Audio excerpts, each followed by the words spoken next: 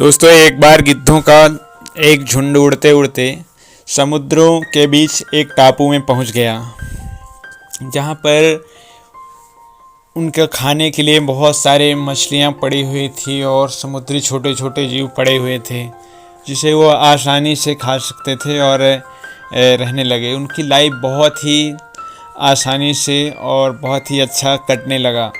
तब उन्होंने सोचा कि अब हम यहीं रहते हैं और अपना बचा हुआ जीवन व्यतीत करते हैं। कुछ दिन रहने के बाद उन सब गिद्धों के बीच में एक बूढ़ा समझदार गिद्ध था, जो सोचता है कि हमारे पंख धीरे धीरे कमज़ोर पड़ रहे हैं और हमारे नाखून कमज़ोर हो रहे हैं, तो हमें इस कंफर्ट लाइफ में से अब निकल जाना चाहिए, हम कमज़ोर हो जा रहे हैं। तब उन्होंने एक मीटिंग बुलाई एक दिन और सबसे ये बताया कि अब हमें यहाँ छोड़ देना चाहिए इस जगह को और फिर से वापस वहीं चले जाना चाहिए। पर किसी ने उसका बात नहीं माना। सबने कहा कि हमारी इतनी अच्छी लाइफ चल रही तो अब और क्यों जाएं कहीं। सबने उसको मजाक उड़ाया और किसी ने नहीं सुना। पर जो समझदार गिद्ध था तो वहाँ से चला गया और वापस अपने जंगलों में रहने लगा।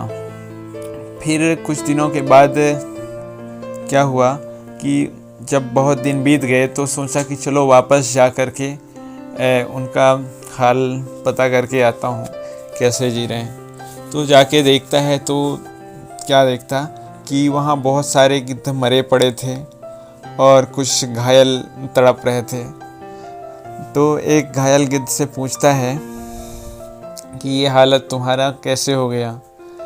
फिर उसने बताया कि हम यहाँ बहुत अच्छे से लाइफ जी रहे थे, पर कुछ दिनों बाद किसी ने यहाँ पे एक चीते को छोड़ दिया, जो हमारा शिकार धीरे धीरे करने लगा। क्योंकि अब हम ये पंख कमज़ोर पड़ गए हैं, अब हम उड़ भी नहीं सकते और ज़्यादा भाग भी नहीं सकते, पंजे कमज़ोर हो गए हैं।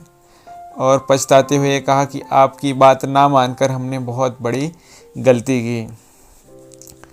तब दोस्तों, मोरल ऑफ दी स्टोरी ये है कि आप कभी भी कंफर्ट जोन में ना रहें।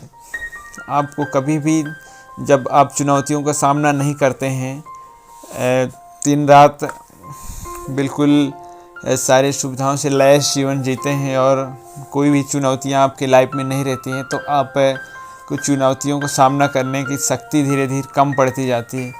तो दोस्तों, अगर आपको इस स्टोरी से कुछ भी सीखने को मिला है तो हमारे वीडियो को लाइक कीजिए और चैनल को सब्सक्राइब कर लीजिएगा।